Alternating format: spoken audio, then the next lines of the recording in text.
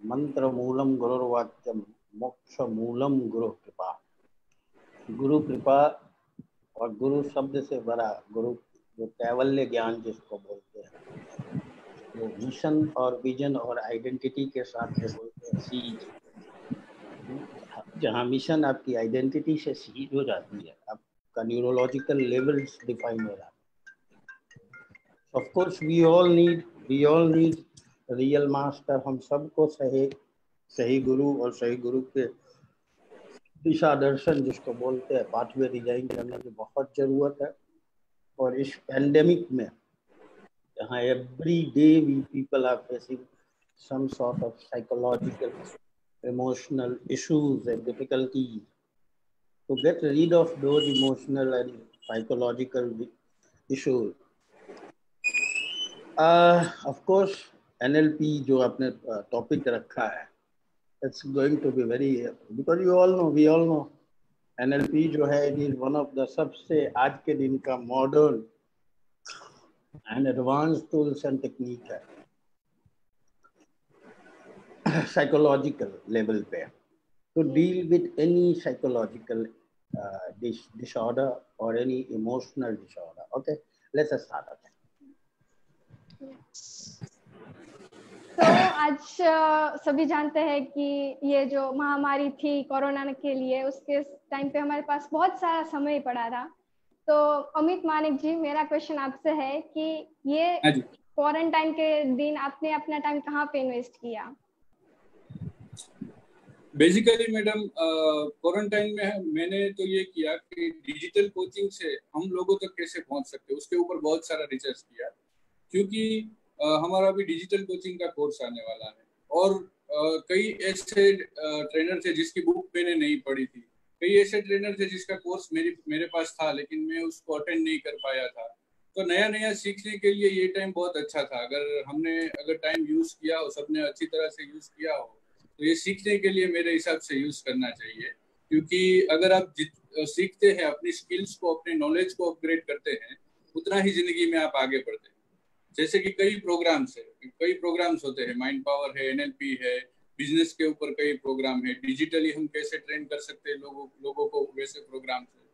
तो कई सब्जेक्ट है जिसका नॉलेज आप लेके अपनी लाइफ पे इम्प्लीमेंट कर सकते हैं, लेकिन लोगों के पास समय नहीं हो। तो लॉकडाउन में समय मिला कि हम अपने नॉलेज को अपग्रेड कर सके और जैसे ही लॉकडाउन खुलता है उसको इम्प्लीमेंट कर सके। तो मैंने तो ये लॉकडाउन में ये फायदा लिया कि अपना जो नॉलेज है वो बढ़ाया, और जिन ट्रेनरों के मेरा एक ड्रीम था कि ये प्रोग्राम्स में अटेंड करूँ या उनकी बुक्स पढूं, तो वो सब मैंने बुक्स पढ़ी और ये प्रोग्राम्स डिजिटल अटेंड किए। ग्रेट। मेरा पवन सर से यही क्वेश्चन रहेगा कि सर लॉकडाउन के दौरान आपने अपना कितना समय कहाँ पे इन्वेस्ट किया? लॉकडाउन के समय में ऑफ कोर्स जैसा कि मानिक जी ने बोला, तो I was not good with digital platform. मैंने कभी वेबिनार या कभी ऑनलाइन सेशन नहीं लिया था।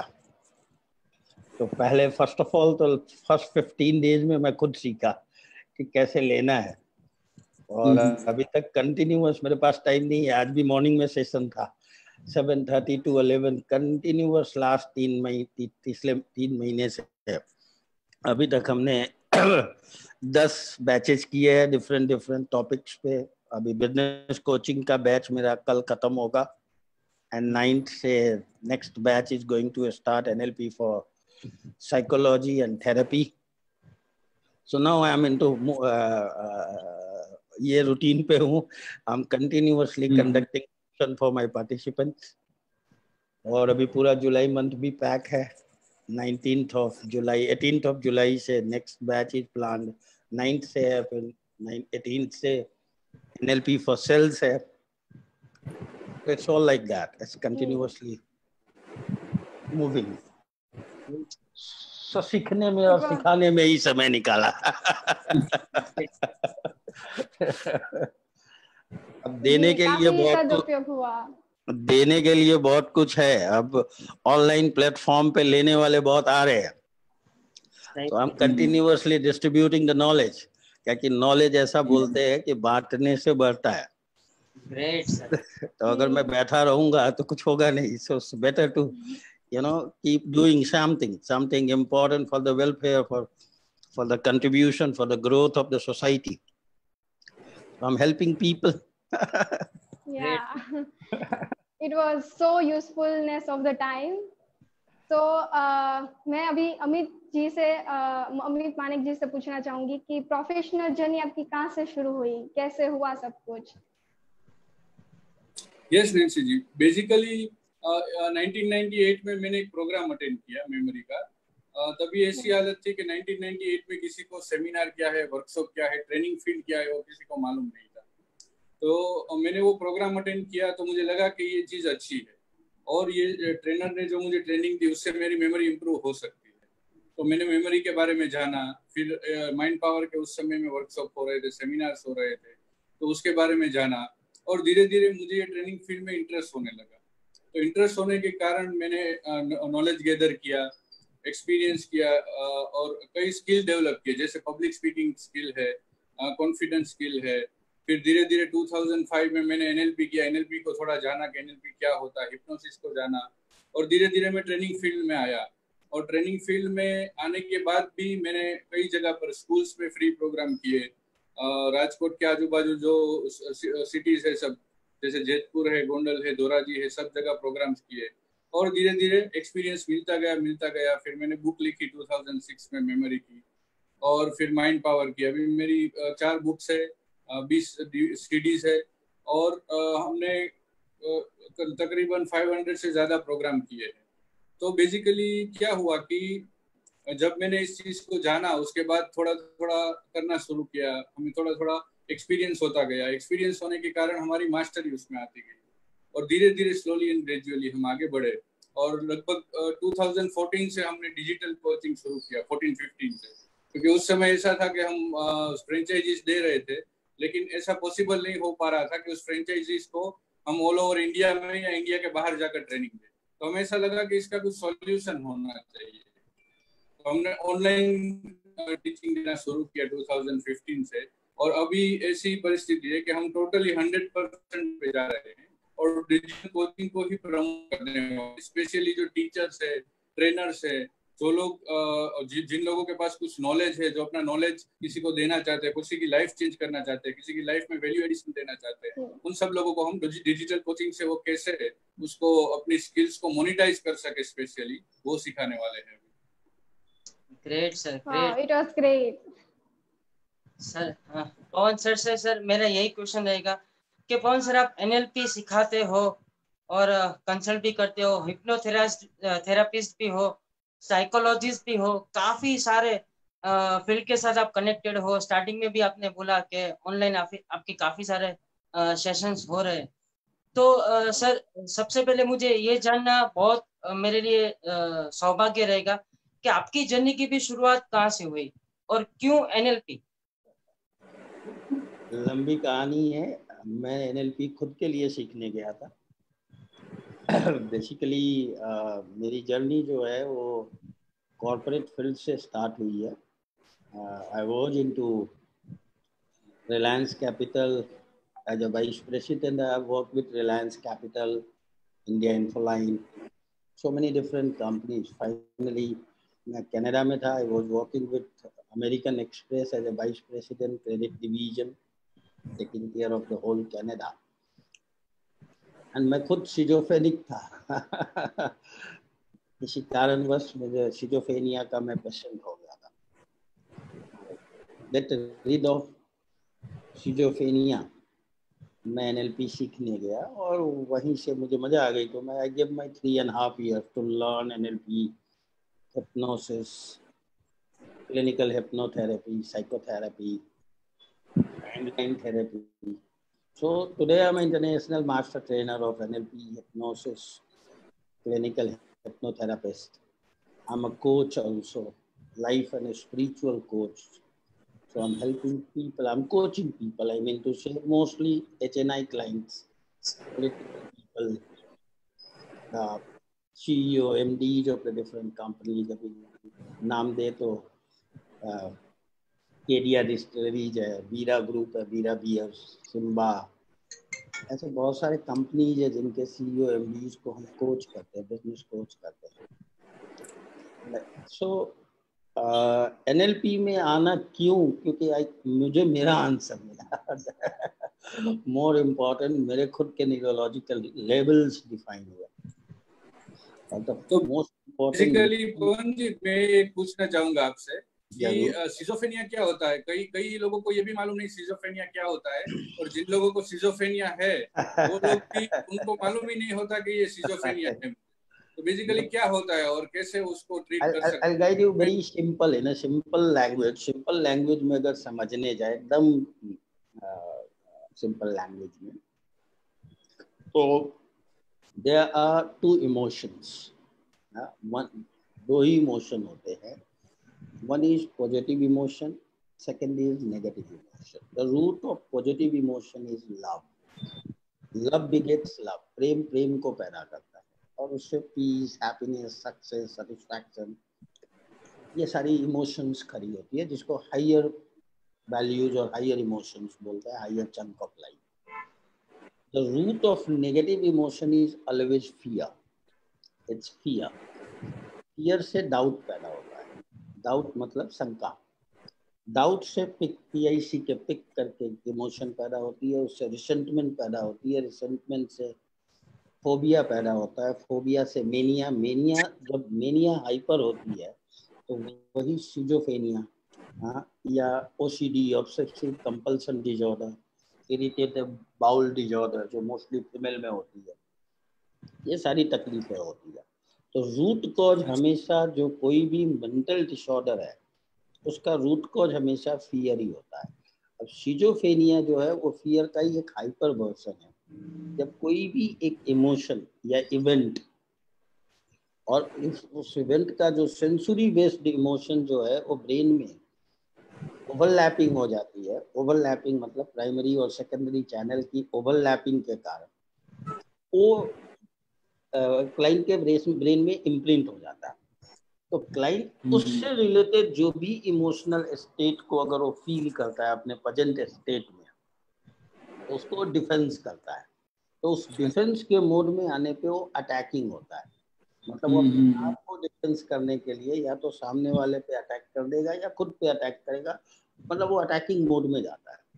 और कभी कभी क्लाइंट सुसाइडल अटेम्प्ट पे भी चले जाते हैं schizophrenic client. So they are very aggressive. कितने लोग उसमें वो आ गया, क्या बोलते हैं, भूत आ गया, ताकि वो इतने एग्रेसिव हो जाते हैं कि उस समय 4, 5, 10 लोग भी अगर पकड़े तो वो एक लीवर का भी होगा तो वो उनको आउट कर देगा. तो दैट इज कॉल्ड, उसी को सिजोफ्रेनिया. वही मेनिया का ही थोड़ा सा, वही मेनिया जो क्लाइंट होते हैं, जो मैनिक हो जाते हैं, वो भी उसी ढंग से रिएक्ट करते हैं. तो सिजोफ्रेनिया थोड़ा सा उससे अलग है.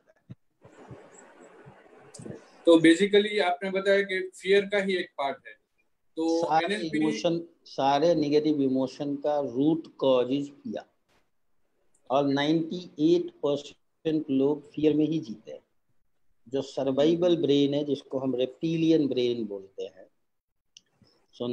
जिसको कबीलों का ब्रेन, जो कबीला के समय में हुआ करता था, आज भले मंगल ग्रह पे चले गए हैं, पर आज भी 98% लोग जो अपनी जिंदगी जी रहे हैं और रेप्टिलियन ब्रेन में जीते हैं, जो सर्वाइवल ब्रेन जिसको बोलते हैं. तो या तो आदमी जो है वो अपने करियर के लिए, फ्यूचर के लिए, सर्वाइवल के लिए, आई मीन, तो उसके सर्वाइवल के लिए ही फाइट कर रहा है. तो if there is a fight, there is a fear. जहाँ संघर्ष है, जहाँ पे फाइट है, वहाँ पे फियर है. What will happen tomorrow. तो उस फियर के कारण ही एंजाइटी, कल की जो एंजाइटी पैदा होती है. तो एंजाइटी से लेके, फोबिया से लेके, हर चीज के पीछे का रूट कॉज इज फियर. जैसे प्रेम के रूप बदलते हैं, वैसे फियर के रूप बदलते हैं. तो वी हैव टू कैच कि ये कहाँ है अभी, उसका फियर कहाँ बैठा हुआ है. नॉर्मल है. देखिए, there are 2 type of psycho. हर आदमी न्यूरोटिक फियर में तो होता ही है. तो वो न्यूरोटिक से साइकोटिक में बदलता है, तब वो डिसऑर्डर में जाता है. तो हर आदमी है. 98% हर आदमी न्यूरोटिक है. हर आदमी बीमार. कि अगर वो फियर में जी रहा है तो बीमार है. सही बात. और वो न्यूरोटिक है तब तक इट्स ओके, इट्स फाइन। जब वो साइकोटिक में कन्वर्ट होता है तब उसको हमारे साइकोथेरेपी या किसी साइकोलॉजिस्ट या साइकेट्रिस्ट की जरूरत पड़ती है। बेसिकली मैं एक चीज ये आपसे कहना चाह रहा था पवन जी जरूर कि कई लोग, मैंने जब व्हाट्सएप किया कई लोगों को कि ऐसा हमारा एक एनएलपी के लिए वेबिनार है, तो कई लोगों ने ऐसा पूछा कि एनएलपी क्या है, तो आप थोड़ा एक्सप्लेन करेंगे व्हाट इज एनएलपी? जरूर। बहुत सिंपल लैंग्वेज में अगर समझने जाए, अगर सिंपल समझाना हो तो N stand for neuro. Neuro का मतलब होता है your nervous system. Nervous system means 5 senses, 5 ज्ञानेंद्रियां। तो the nervous system is the gateway to your brain. Brain का गेटवे है। तो ब्रेन के पास जो भी परसेप्शन है, जो भी थॉट प्रोसेस है, जो भी वैल्यूज बिलीफ है आपका, जो भी पर्सनालिटी ट्रेट है, जो भी स्ट्रक्चर है, हर अनुभव का स्ट्रक्चर है, वो स्ट्रक्चर इस 5 सेंसेस के माध्यम से ब्रेन के पास पहुंची। Gateway to your brain. तो इसमें नर्वस सिस्टम का मतलब 5 सेंसेस का जो सब्जेक्टिव स्टडी है, detailed subjective study, to redefine, reprogram your nervous system in a way to redesign your structure of the brain is NLP। वैसे L stands for linguistic। L का मतलब है language. Language में हम केवल वर्बल कम्युनिकेशन को समझते हैं ना। अगर साइंटिफिकली देखने जाए न्यूरो से, तो कम्युनिकेशन में शब्द जो है वो 7% ही काम करता है। 93% जो है वो आपका नॉन वर्बल कम्युनिकेशन है। इसमें 55% is your physiology, that is posture, hand movement, that is gesture, facial expression, ये सारा फिजियोलॉजी में आती है। 38% is your tonality, tonal, wavelength, tone, tempo, timbre, volume, pitch size, lumps of chunks। तो ये जो 93%, 7% एंड प्री वर्बल, इन तीनों जो कम्युनिकेशन की जो डिटेल्ड स्टडी है, again with the help of communication, with the help of language also we can change the perception, the structure of the brain, जिसको pattern break बोलते हैं। तो वो भी तो लिंग्विस्टिक का जो डिटेल्ड सब्जेक्टिव स्टडी है, that is again NLP. And P का मतलब है programming, means program your language and nervous system both in a way achieve your desired success, achieve your desired outcome। NLP मतलब NLP ऐसी study है जिससे जरिए आपका जो भी डिजायर्ड आउटकम है, हमें मतलब नहीं है what is your desired outcome. Maybe your desired outcome to achieve 10 crore rupees, and maybe desired outcome to be Buddha in your life, Lord Buddha in your life, and maybe desired outcome to be the best doctor of the market, or the best politician, or the best social worker, whatever it may be. Whatever it may be, with the help of NLP, you will achieve your desired outcome in short time frame। Most important is time frame। जो कभी लगता था कि 10 साल में करूंगा या 25 साल में होगा, या होगा भी या नहीं होगा, इनकन्विंसिबल जिसको बोलते हैं, जिसको हम कन्विंस, हमारा ब्रेन ही नहीं। With the help of NLP आपको रियलिस्टिक दिखेगा और अपने टाइम फ्रेम में ही अचीव होते हुए दिखेगा, desired time frame. That is the meaning, simple language में अगर समझने जाए तो। That's all about NLP. और एनएलपी से क्या बेनिफिट हो सकते हैं इंडिविजुअल को? एनएलपी से सबसे पहला बेनिफिट है कि जो बेसिक भी अगर करता है कोई इंसान, एनएलपी का जो बेसिक कोर्सेज है, इंट्रोडक्टरी या फाउंडेशन कोर्स है, तो उससे उसको क्लैरिटी ऑफ मिशन और जो न्यूरोलॉजिकल लेवल है, क्योंकि we all are born with 10 billions of neuron. हर आदमी जो है 10 बिलियन न्यूरॉन के साथ पैदा होता है, और न्यूरॉन फर्स्ट डे जो है वो हर आदमी का न्यूरॉन एम्प्टी होता है, खाली होता है। जैसे ही हम मदर होम से पॉप आउट हुए, बाहर आए हैं, तो उसमें कुछ नहीं है, नो इन्फॉर्मेशन, नथिंग। और न्यूरॉन जो है वही आपका पाथवे है, the best learning pathway to the brain. जैसा हम इंफॉर्मेशन देते हैं, वो इंफॉर्मेशन कहाँ से चालू होता है, एनवायरमेंट, उसी को न्यूरोलॉजिकल लेवल बोलते हैं। एनवायरमेंट जहाँ पैदा हुआ, जिस सराउंडिंग में उसका अपब्रिंगिंग हुई, तो एनवायरमेंट से वो इंफॉर्मेशन लेना चालू होता है।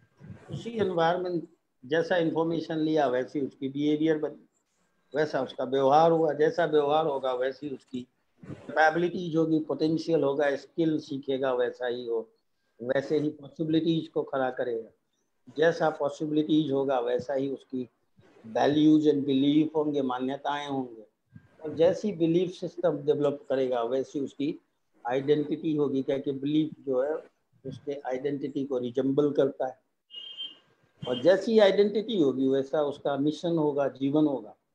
तो उस न्यूरोलॉजिकल लेवल को रीडिफाइन करना, ताकि वो अपने मिशन को, अपने जीवन के को पर्पसफुल बना सके, अपने वैल्यूज को, बिलीफ को रीऑर्गेनाइज कर सके, रीडिफाइन कर सके, कैपेबिलिटीज को, अपने स्किल्स को ऑर्गेनाइज कर सके, बिहेवियर को इंटरवेन करके अच्छे बिहेवियर को अपने लाइफ में अडॉप्ट कर सके, लाइफस्टाइल में इंस्टिंक्ट बना सके, और with the help of all, उस सब के जरिए अपनी पूरी एनवायरनमेंट को, अपनी लाइफस्टाइल को अपने ढंग से, जो वो चाहता है उस ढंग से डिजाइन कर सके।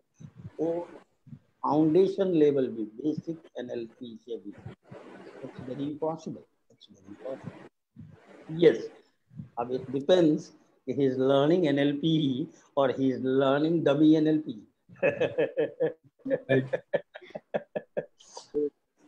There are ghost NLP people are also in the market. Basically मैंने आपके मुंह से सुना था कि एनएलपी फेमस हुआ, एक कोई भी एक ट्रेनर ने किसी का फियर दूर किया स्टेज पे। यस,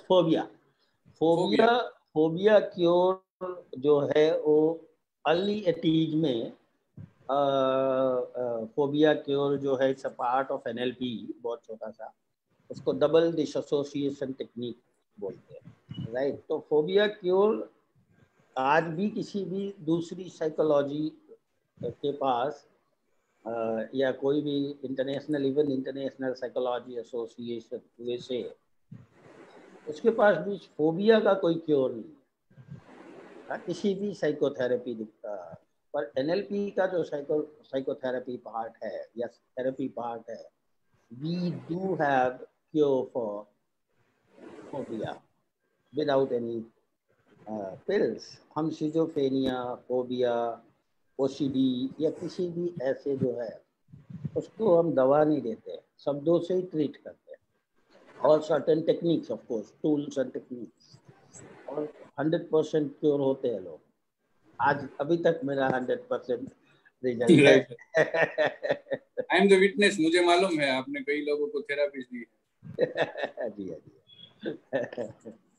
so और बेसिकली हाँ, मैं ये भी पूछना चाहूंगा आपसे कि रिसेंटली डिप्रेशन के कारण कई यंगस्टर सुसाइड कर रहे हैं, तो एनएलपी में कुछ ऐसा है कि जो आप बता सके जिससे सबको कुछ गाइडेंस मिले कि डिप्रेशन में क्या करना चाहिए, जैसे वो सुसाइड के या किसी भी ऐसे नेगेटिव थॉट से दूर रहे। Depression, what is depression? सबसे पहले ये समझने जाए कि डिप्रेशन है क्या। तो suppression of emotion is depression, suppression of most of the time, suppression of anger is depression. When we suppress anger, समझो कि ये वैष्णवी करके लड़की है, उसको बहुत एंगर है अपने फादर के प्रति, अपने टीचर के प्रति, और इट मे बी, या किसी ग्रुप ऑफ पीपल के प्रति। अब वो उस एंगर को किसी कारण से वो निकाल नहीं पाए, शायद सामने वाला पावरफुल है, तो she has to suppress her anger. तो जितना वो सप्रेशन ऑफ एंगर होगा उतना ही बड़ा डिप्रेशन खड़ा होगा, और जब वो अकमुलेट हो जाएगा तब, मतलब ज्यादा होने के बाद आदमी डिप्रेशन में कुछ न कुछ एग्रेसिव कुछ न कुछ हरकतें कर डालते हैं, सुसाइडल अटैम्प्ट हो जाते हैं, या कोई न कोई वो इमोशन का एक बहाव होता है।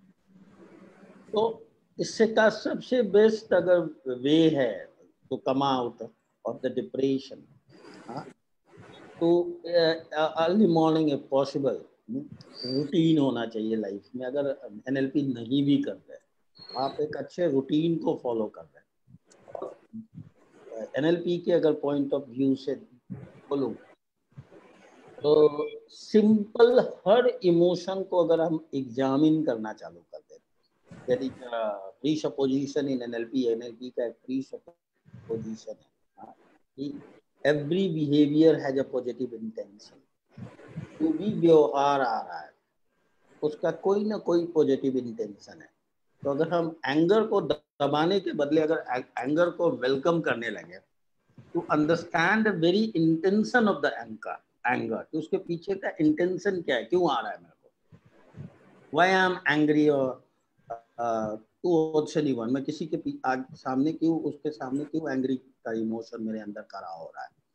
अगर उसके इंटेंशन को पकड़ने चालू कर दे, एंगर खत्म हो जाएगा, सेकंड एंगर खत्म हो जाएगा और हर इमोशन की क्लैरिटी आनी चालू हो जाएगी। क्लैरिटी का कोई सॉल्यूशन नहीं है। There is no other way out of clean and open sensory channel. अगर हमारी सेंसरी चैनल क्लीन है, ओपन है, क्योंकि ये हमेशा हम याद रखें, ये एनएलपी के पॉइंट ऑफ व्यू से, अगर मैं कुछ भी बोलता हूँ नेगेटिव या पॉजिटिव, पहला कम्युनिकेशन हमेशा सेल्फ के साथ ही होता है। क्योंकि अगर मैं बोला कुछ भी गलत बोला, समझो मैं अमित जी के लिए गलत बोला कि व्हाटएवर, मतलब कोई भी लैंग्वेज मैंने पुअर लैंग्वेज यूज की, तो पुअर लैंग्वेज का वैक मतलब विजुअल ऑडिटरी किनेस्थेटिक, यस, तो उसका वैक मैंने अपने ब्रेन में खड़ा किया। क्योंकि जब तक उसका पिक्चर मेरे ब्रेन में नहीं खड़ा होगा, मैं बोलूंगा कैसे? मैं बोलता वही हूँ जो वेक थोड़ा समझा दीजिए, विजुअल ऑडिटरी काइनेस्थेटिक।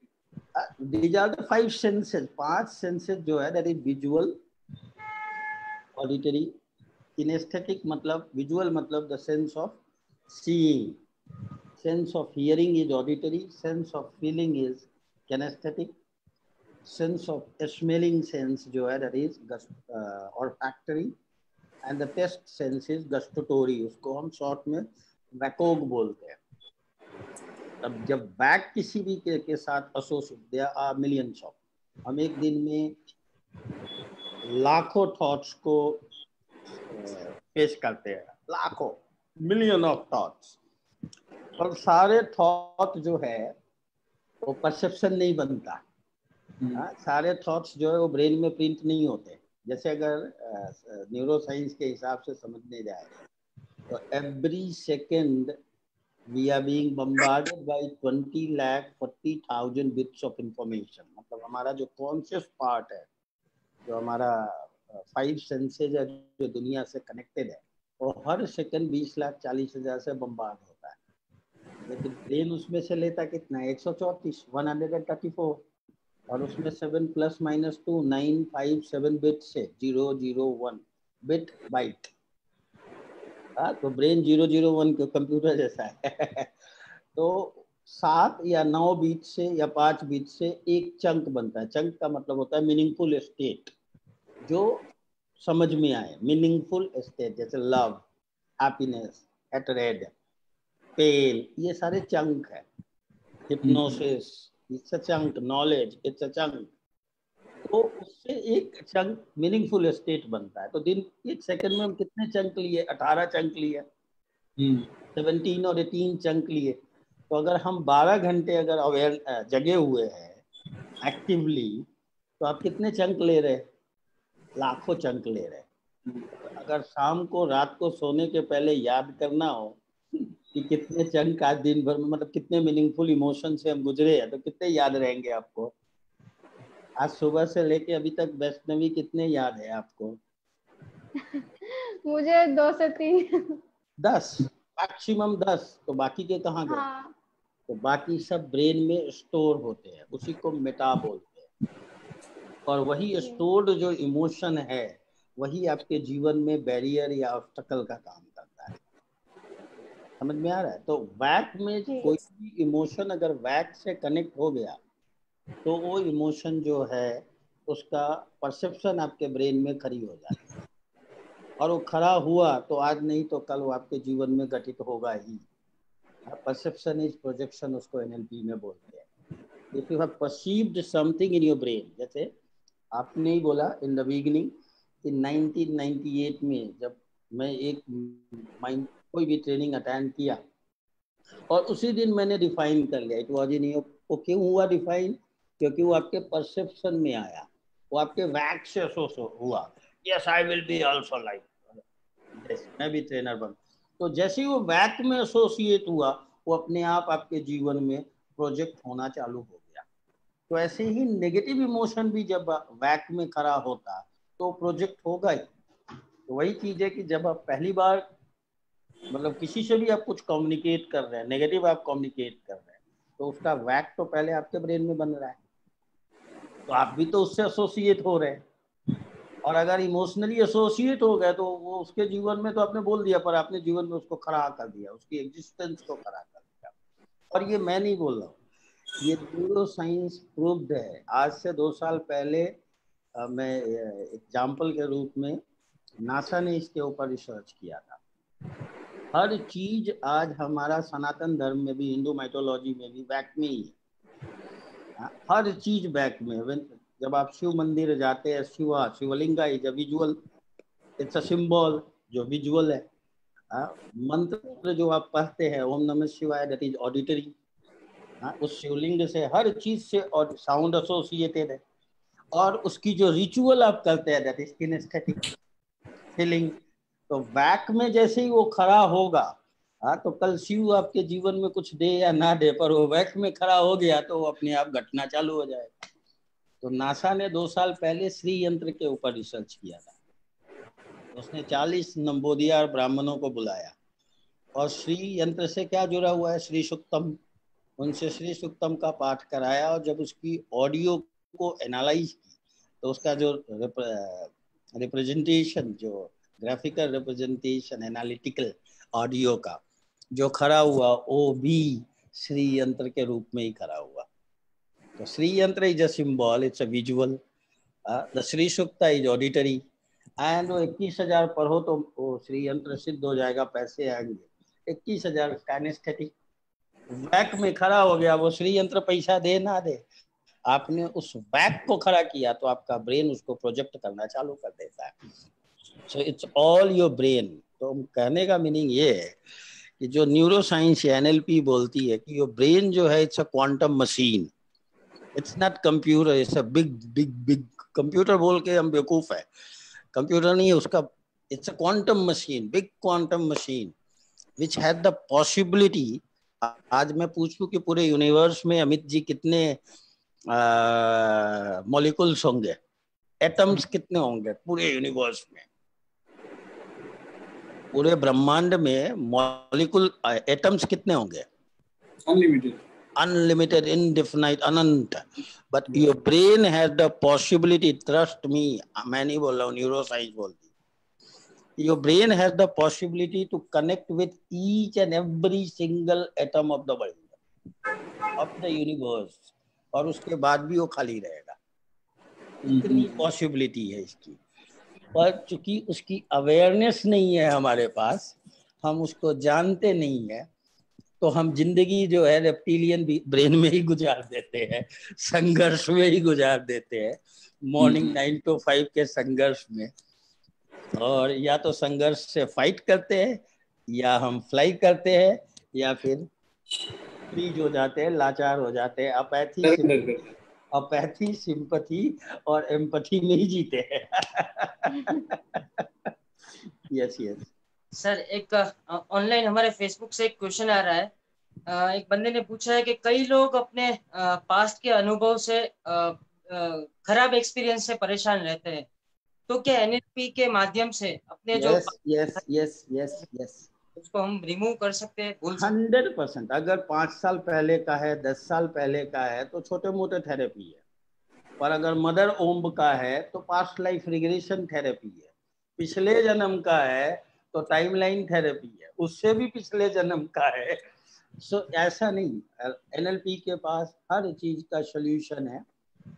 अगर छोटा है, जैसे यू रिमेम्बर, अगर आपको रिकॉल है कि 3 साल पहले ऐसी घटना हुई थी, जैसे समझो कि आपको कोई फीमेल ने या किसी मेल ने बिजनेस में चीट कर दिया, राइट, या पर्सनल लाइफ में आप डिच हो गए और वो इमोशन आपको छोड़ नहीं रहा है और you are able to recall that, तो हम उसको टाइम स्क्रैम्बल से निकाल के फेंक देते हैं। 10 मिनट का खेल है वो। वैसे ही अगर आपको याद नहीं है पर फिर भी सब चीजें जो है जय भगवान हो रहा है, it's not in your memory ना, तब उसको हम पास्ट लाइफ रिग्रेशन से निकालते हैं। हर चीज का रूट कॉज है, कहीं ना कहीं रूट कॉज है। इवन जो हम बीमारियां जो है आज न्यूरो हम बोलते हैं 88% बीमारियां आपके ब्रेन के इमोशनल डिसऑर्डर से ही पैदा होता है। जैसे आज आपकी कोई बीमारी है तो उसका रूट कॉज 10 साल पहले, ताकि एक बीमारी को बाहर डेफिशिएंसी, जिसको फिजिकल डेफिशिएंसी बोलते हैं, उसको बाहर आने में 10 साल लगते हैं, राइट। तो उसका रूट कॉज तो रिकॉल नहीं है, उसके ब्रेन में नहीं है कि क्यों ऐसा हो रहा है, तो हम रिग्रेशन करते हैं, तब वो रूट कॉज बाहर आती है और उसको रिलीज करते हैं। तो जो भी उसका अप डाउन है लाइफ में, जैसे सब कुछ है, फिर भी वो सक्सेस को अचीव नहीं कर पा रहा है, मतलब कहीं ना कहीं रूट कॉज उसका पुअर है पास्ट का, और उसको पिछली लाइफ को भी देखना है समझो। ये तो पास्ट, उसके लिए टाइमलाइन थेरेपी है। Yes, it is very possible. Any emotion, कैसा भी इमोशन हो, हम उसको निकाल सकते हैं। यस। अच्छा पवन जी, एक और चीज है कि अगर किसी को नेगेटिव थॉट्स कांस्टेंट आ रहे हैं, उसको पॉजिटिव में कन्वर्ट करना है, तो वो कैसे कर पाए? ये अभी हमने थोड़ी देर पहले ही बोला कि न्यूरोलॉजिकल लेवल को रीऑर्गेनाइज करने से, जो न्यूरोलॉजिकल लेवल है उसको, बहुत सारे टेक्निक है, ऐसे टेक्निक्स भी बहुत सारे हैं। और अगर फाउंडेशन लेवल पे भी कोई बंदा बैठा हुआ है और वो केवल अपने न्यूरोलॉजिकल लेवल को रीऑर्गेनाइज कर दे, रीप्रोग्राम कर दे, तो भी वो अपने इमोशनल स्टेट को बदल सकता है, मतलब निगेटिव स्टेट से पॉजिटिव स्टेट। उसके अलावा there are so other techniques जिसको हम बोलते हैं सब मोडालिटीज। तो जो निगेटिव इमोशन का जो सब मोडालिटी है, सब मोडालिटी मतलब हर स्ट्रक्चर जो है बना किससे है? वैकोग से। जो भी इमोशन का स्ट्रक्चर है उसी से बना है, वैक से ही बना है। तो निगेटिव इमोशन का जो वैक है, विजुअल, ऑडिटरी, किनेस्थेटिक, उसके वैक को अगर हम शिफ्ट कर दे पॉजिटिव इमोशन से, जिसको सब मोडालिटी शिफ्ट बोलते हैं, तो सब मोडालिटी शिफ्ट करते ही वो नेगेटिव इमोशन जो है वो गायब हो जाएगा, रिलीज हो जाएगा, और पॉजिटिव इमोशन जो है उसकी जगह हम डिलीट नहीं कर सकते, और हम उसको प्लेस जरूर कर सकते हैं। तो उसको सब मोडालिटी शिफ्ट से भी कर सकते हैं। इसके अलावा भी टाइम स्क्रैम्बल से कर सकते हैं। अगर छोटे मोटे इश्यूज है, किसी के आर्ग्यूमेंट के कारण है, तो पार्ट इंटीग्रेशन से कर सकते हैं, परसेप्चुअल पोजीशनिंग से कर सकते हैं। So there are so many techniques, पर उसके बावजूद भी अगर वो अपने अवेयरनेस से करता है तो उससे बेस्ट, मतलब मैं पहले ही बोला, there is no substitute of clean open sensory channel. अगर वो पूरी लर्निंग में जाता है और he is able to design his own neurological level on his own way, तो लाइफ लॉन्ग होगा, फिर वो कोई भी नेगेटिव इमोशन उसको टच ही नहीं करेगा। राइट जी, मैं पूछना चाहूंगी, हेलो। हाँ बोलो। कि कहते हैं कि लाइफ में गोल होना जरूरी है और गोल से भी ऊपर माइंडसेट होना जरूरी है, तो आपका क्या कहना चाहेंगे कि what is the importance of mindset with respect to faith and believe? ये क्वेश्चन का आंसर भी तुम्हारे क्वेश्चन में ही है। Every question has a answer, हर क्वेश्चन प्रश्न में ही आंसर होता है। So what is goal for you? First, what is goal? we all do have certain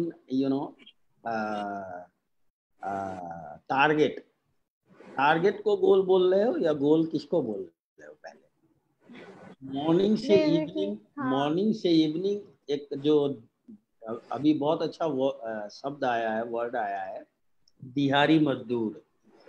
ये चूंकि पेंडेमिक में हमने बहुत सीखा तो दिहाड़ी मजदूर का टारगेट होता है इवनिंग में 500 रुपए लेके घर पे जाना, ताकि अपने लाइवली जो भी उसकी जीवन की जरूरतें हैं वो खरीद के जस्टिफाई कर सके, राइट। तो वो उसका गोल है वो।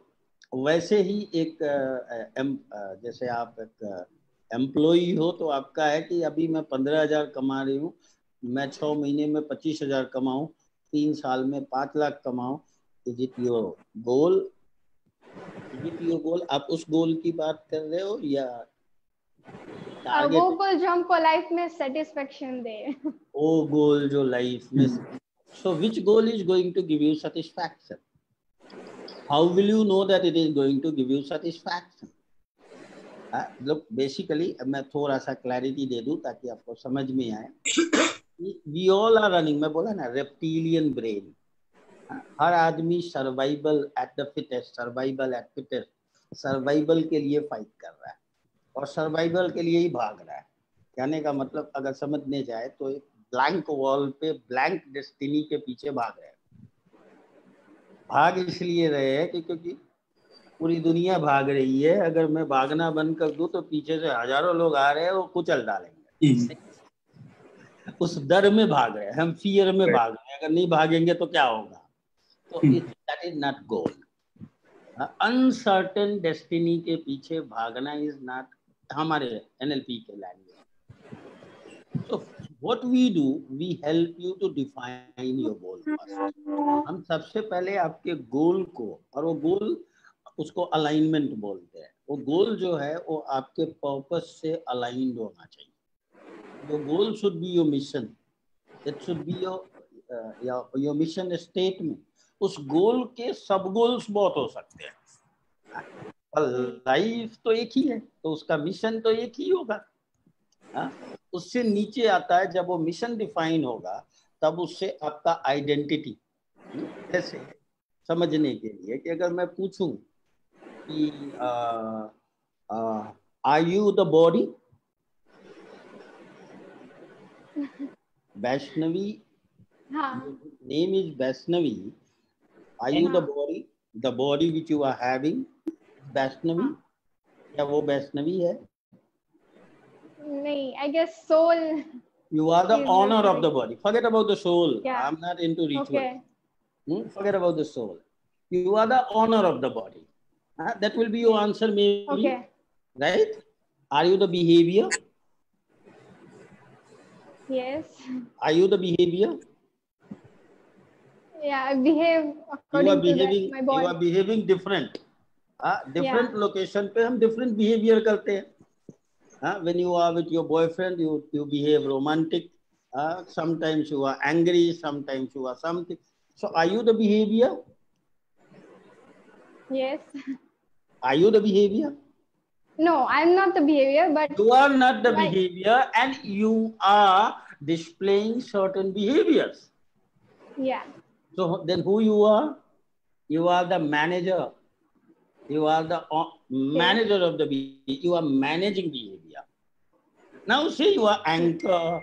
Here you are working, doing anchoring over here. Somewhere you are doing something. So you are doing various actions also in your life. So are you the action? It's so you deep. are managing the action, right? Yeah. You are managing different action by developing different skills and possibilities in your life. जब anchoring नहीं आती थी तब आप anchor नहीं थे, पर सीखा, उस स्किल को डेवलप किया. Now you are a very good anchor also. Am I correct? Yeah. Then who are you? हाँ, एंकरिंग टेक्निक भी. नहीं, मैं एक मिनट ये वो गोल समझा दूं कि you are not the action, you are not the behavior, you are not your values and belief. Then who are you? तो आप हो कौन? You are not the body also. तो तुम हो कौन? Who are you? Give me the answer. Who are you first? तो सबसे पहले ये समझना जरूरी है कि वो जो मेरा आई है, जिसको हम सेल्फ सेंस बोलते हैं, which is deep inside me, वो आई किस लिए है? तो I is the organiser. I'm programming everything, मैं ये सब करते हुए भी ये मैं नहीं हूँ, I'm beyond, मैं इससे ऊपर हूँ। और जब वो आइडेंटिटी डिफाइन होगी तब हम तो फिर मुझे चाहिए क्या, इस आई को क्या चाहिए, तब हायर विजन हायर मिशन खड़ा होगा, which will be related to your own spirituality. Again, spirituality का मतलब होता है सेल्फ अवेयरनेस। स्पिरिचुअलिटी मतलब कोई धर्म से नहीं जोड़ रहा हूँ मैं। तो वो जब सेल्फ अवेयरनेस के साथ आपकी मिशन डिफाइन होगी तब जाके आपका रियल गोल खड़ा होगा।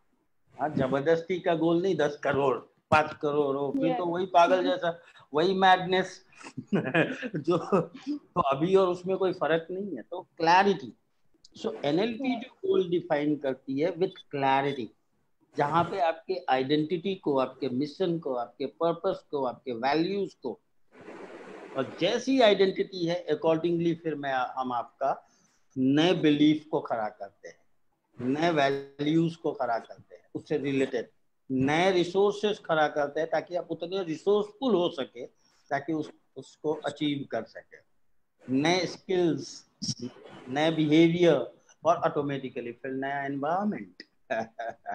Clear now? तो उसको goal setting program, goal setting का वो एक सेशन होता है जिसमें हम वो सारी चीजों को डिफाइन करते हैं। So nicely explained. Okay, next क्या पूछ रहे थे सर? Anchoring, yes. हाँ, मैं ये रिलेशनशिप के बारे में थोड़ा पूछ रहा था कि मेरे पास कई हस्बैंड वाइफ आते हैं जो काउंसलिंग करवाना चाहते हैं कि हमारे रिलेशनशिप में बहुत प्रॉब्लम है, राइट, तो एनएलपी इस पे कैसे मदद कर सकते हैं? ये अभी ये पैंडेमिक में बहुत अच्छा क्वेश्चन पूछा, पिछले 1-2 साल से और ये पैंडेमिक में तो बहुत ज्यादा ऑनलाइन में रिलेशनशिप रिजोल्व कर रहा हूँ। तो रिलेशनशिप के बहुत इशूज इसलिए खड़े हो रहे हैं आज के समय में और आगे बहुत खड़े होंगे। It's a big field today. आज आने वाला जो 10 साल है 20 साल है, अगर कोई रिलेशनशिप में काउंसलर बनना है तो बहुत अच्छा करियर है, बहुत अच्छा ग्रोथ है, क्योंकि अगर इसको हम बोलते हैं स्पाइरल डायनामिक्स, स्पाइरल डायनामिक्स के हिसाब से मतलब इवोल्यूशन के जो है वो 4 सिद्धांत है। जो सबसे पहले तो हम सब लोग जानते हैं चार्ल्स डार्विन का, जेनेटिक का। दूसरा जो है दैट इज जो अभी हमने बात किया जहाँ पे हमारा न्यूरोलॉजिकली हम इवोल्व होते हैं। थर्ड इज नीड बेस्ड, जिसको मैस्लो लॉ ऑफ नीड बोलते हैं, जहाँ पे हमारा नीड का इवोल्यूशन होता है। Fourth is evolution of information, जहाँ पे माहिती का, इंफॉर्मेशन એટલે माहिती ને, माहितीનો माहिती का इवोल्यूशन होता है, इंफॉर्मेशन का, उसको जिसको बेटने, इसको स्पाइरल डायनामिक्स बोलते हैं। तो आज जो हम है वो इंफॉर्मेशन के इवोल्यूशन के स्टेज पे हमारी कंट्री जो है, और हमारी कंट्री का 54%, कल ही एक न्यूज में आया कि लोग जो है यूथ है 26 से, और उस कारण से आप देख रहे हैं फर्टिलिटी रेट भी कम हो रही है डे बाई डे, रिप्रोडक्शन का जो है वो कमजोर पड़ रहा है। तो यही स्टेज पे आज से 1971-75 में देखे तो अमेरिका बैठा था, इसी इवोल्यूशन के स्टेज पे, जिसको अब आज हम वहाँ पे बैठे हैं। तो वहाँ पे भी आप देखेंगे उस समय रिलेशनशिप के बहुत सारे इशूज खड़े हुए थे, हिप्पी कल्चर, दम मारो दम, आज वही कल्चर हमारे यूथ में। आप देख लो सभी जगह पे 8 स्टैंडर्ड से they start drinking, marijuana, smoke. उसका कारण यही है कि गैप है, the differences, right, differences, emotions poor होते जा रहे हैं, अटैचमेंट पुअर होता जा रहा है, सोशल मीडिया का मिसयूज। मैं किसी को ब्लेम नहीं कर रहा हूँ, सोशल मीडिया भी बहुत अच्छी चीज है, हर प्लेटफॉर्म अच्छा है, ब्लेम नहीं, पर हम मिसयूज कर रहे हैं। हमको जो उसका उपयोग करना चाहिए उसके बदले नेगेटिव साइड में जा रहे हैं। तो उसके कारण गैप बढ़ने के कारण, चूंकि इमोशनल वैल्यूज जस्टिफाई नहीं हो रहा है, वैल्यूज होना चाहिए, क्योंकि एक मेरा और आपका रिलेशन कब होगा, अच्छा होगा, हार्मनी कब होगी, स्मूथ कब होगी, when I pay respect to your values. And if you are not, if I'll pay respect to your values, in return क्या मिलेगा मुझे? And today we are not paying respect to others' values, पर expectation जरूर है कि सामने वाला मेरे values को respect. So as we are entering into more and more expectation, rather paying respect to others' values, ये रिलेशनशिप के इश्यूज जो मेरी अंडरस्टैंडिंग है अभी तक के क्लाइंटों को देखने के बाद, एक्सपेक्टेशन हाई होना और पुअर अंडरस्टैंडिंग, दूसरे के जूते में जाके देखने की, क्योंकि एक तो समाज श्रिंक हो रही है। हाँ, पहले हम जॉइंट फैमिली में रहते थे, आजू बाजू हुआ तो इमोशंस, बहुत सारे इमोशनल एटमॉस्फेयर को हम समझ पाते थे, अभी वो श्रिंक हो रही है। हम इंडिविजुअल लाइफ लीड कर रहे हैं। हाँ, समय मिलता भी है तो मोबाइल में, टीवी में या ब्ला में जाता है, तो हमको इमोशन का एक्सपोजर ही नहीं है। आप छोटे से बच्चे को देखो, शुरू से पैदा हुआ तब से कंप्यूटर में, मोबाइल में लग गया, तो इमोशन का एक्सपोजर कहाँ मिल रहा है? And life is driven by emotion, जीवन तो इमोशन ही ड्राइव करती है। तो जब इमोशनल अवस्था आती है तब वो स्टक हो जाते हैं, अब क्या करें, कैसे डिसीजन ले, व्हाट टू डू। तो पहले इसको समझने जाए तो आज से 20 साल पहले मानिक जी या पवन जी या अमित जो है, वैष्णवी को हटा के, हम रूटेड थे कहीं ना कहीं, इमोशन में रूटेड थे, because we were associated with the culture. तो हमारा रूट था इमोशन। पर आज जो यूथ है, आज का जो कपल्स है, यंग कपल्स या मिड एज वाले हैं, वो अप रूटेड है, ताकि कल्चर से अवे फ्रॉम, एक्सपोजर नहीं है, तो वो अप रूटेड है, उनका रूट ही नहीं है जमीन के अंदर। तो अप रूटेड होने के कारण छोटा सा भी इमोशनल साइक्लोन आया उनके लाइफ में तो they are not able to resist. हम रेजिस्ट क्यों कर पाए? क्योंकि हम रूटेड थे, तो थोड़ा बहुत हम झेल लेते थे, थोड़ा अप डाउन झेल लिया। अब समझ में आ रहा है, मैं सिंपल लैंग्वेज में समझाया।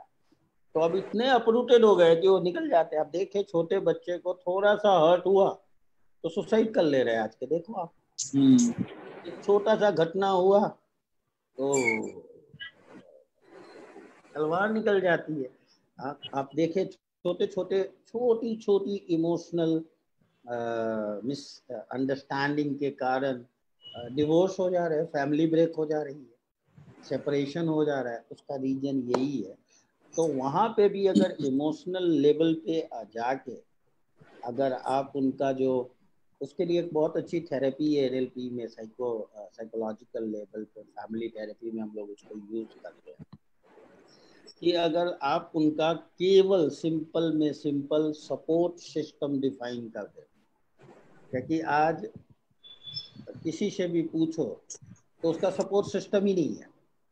आज जैसे हमें मालूम है मेरा कौन सपोर्ट सिस्टम है, मानिक जी को मालूम है, अमित आई डोंट नो क्या है, पर अगर आप ये यंग लड़की से पूछेंगे तो उसको नहीं मालूम होगा।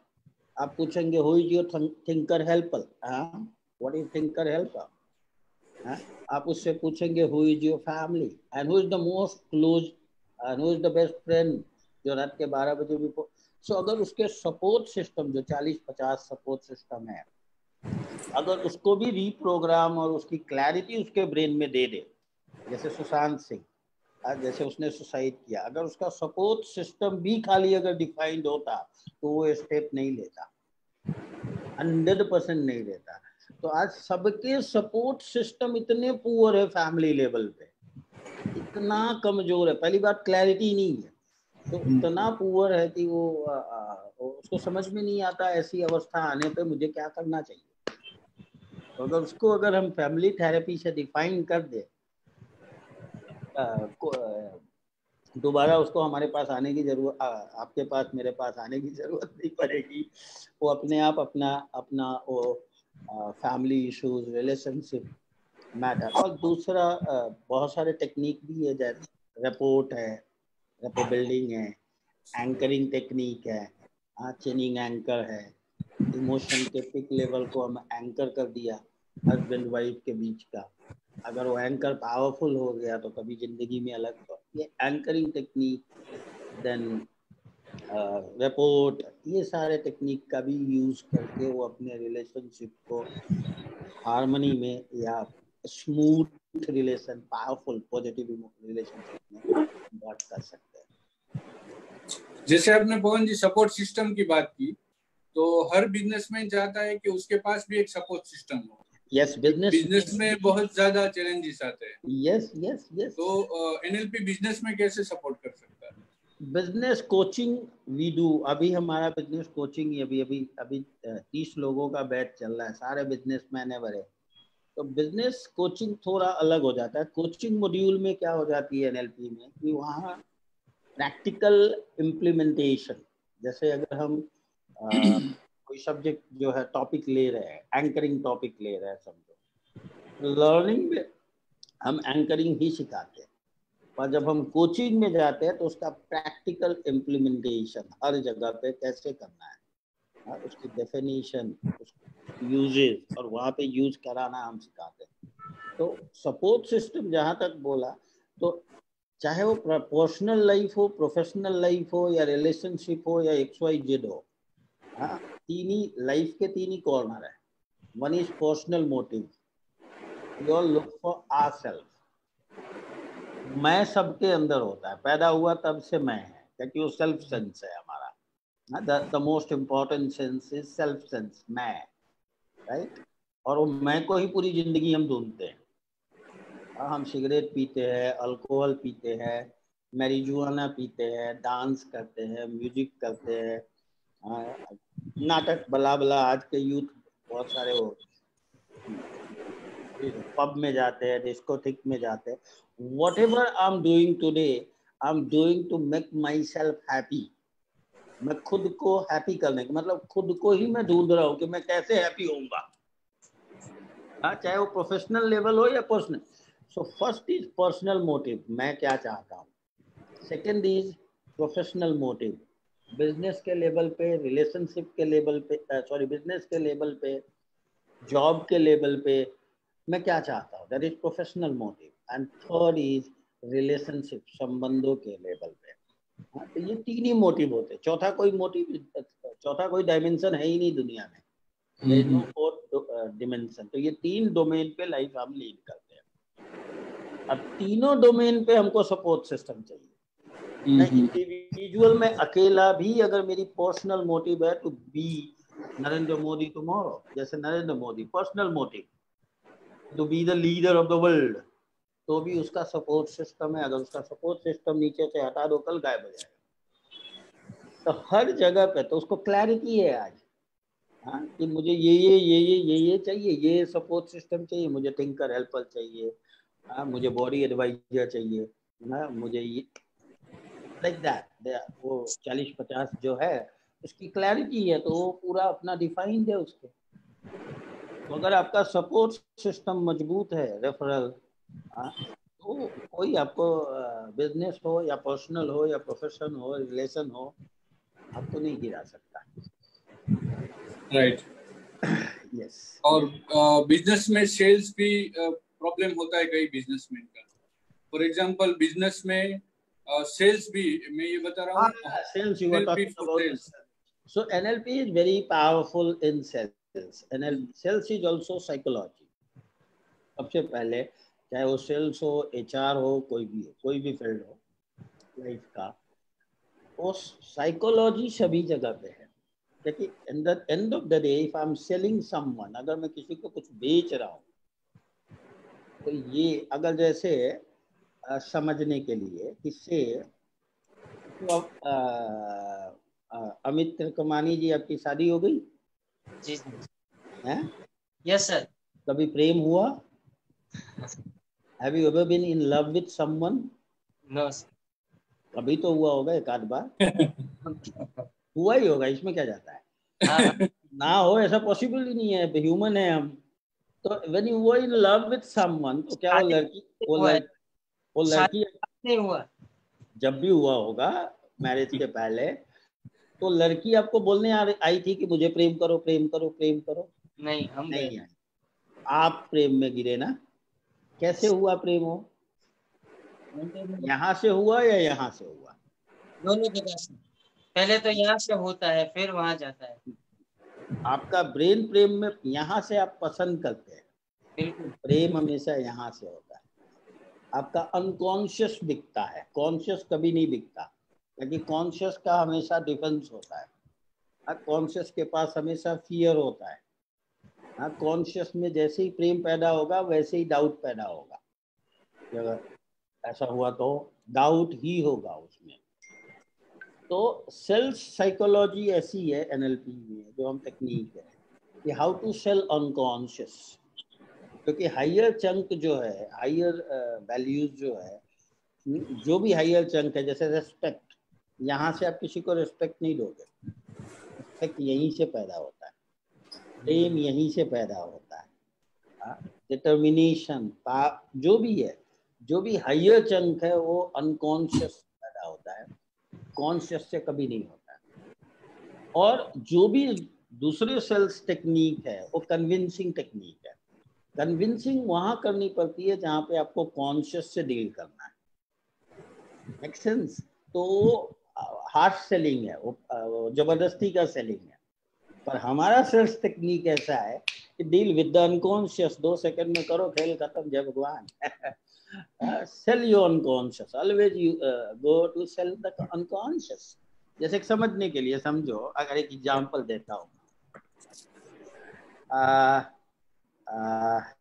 समझो ये मेरा करना है कि रहने देते, जान दो, टाइम लगेगा, टाइम कंज्यूम,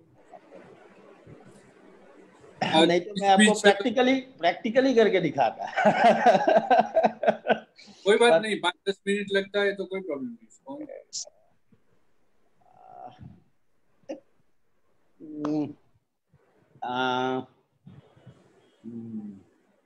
समझो कि ये मेरा सेल्स का शॉप है। स्ट्रीट शॉपिंग किया है कभी किसी ने? कौन सा? रोड के ऊपर खड़ा होकर स्ट्रीट शॉपिंग। हाँ हाँ, यही होगा, लॉ गार्डन, बॉम्बे, रोड से खरीदते हैं ना। तो समझो ये मेरा लॉ गार्डन पे, समझो शूज की दुकान है या टी शर्ट की दुकान है, कुछ भी ले लो। और आप समझो अमित जी मुझसे शॉपिंग कर रहे हो, आप किया है स्ट्रीट शॉपिंग, तो करो मेरे साथ, मैं दुकानदार हूँ, करो। समझो ये है पीछे लगा हुआ सारे, करो। पहले तो हम देखेंगे किस तरह नहीं, डायरेक्ट करो, मैं दुकानदार हूँ, बैठा हुआ हूँ, आप देखो जो करना है करो, और डायरेक्ट चालू हो जाए। आम शॉप एक्सप्लेन करने की जरूरत नहीं, सीधा प्रैक्टिकल, लेट्स डू इट।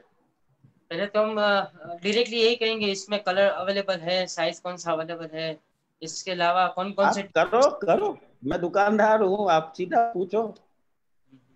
आम शॉपकीपर, मैं बैठा हुआ हूँ दुकान लेके, और आप टहल रहे 4-5 दुकान देख के मेरे पास आए, समझो, तो कैसे शॉपिंग करोगे? डायरेक्टली शॉपिंग, तो सर इमेजिनरी शॉप समझो। हाँ, तो सर ये जो टी शर्ट्स है अवेलेबल, उसमें ब्लैक कलर का अवेलेबल है?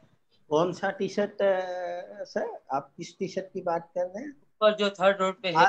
अच्छा, ये वाला थर्ड रो वाला है ना। पर पहले आप एक बार टी शर्ट तो देखिए, और मुझे विश्वास है कि आपने जिस ढंग से आप कपड़े पहन रहे हैं, मुझे मालूम है कि आप कपड़ों के क्वालिटी के शौकीन हैं, तो आपको कपड़े की पहचान है। तो आप पहले एक बार चेक करें, आपने जो पहना है वही क्वालिटी का सेम टी शर्ट, आपकी नज़र को मैं दाद देता हूँ, आपकी पहचान को मैं सही में रिस्पेक्ट देता हूँ। Please check, it is the very same quality.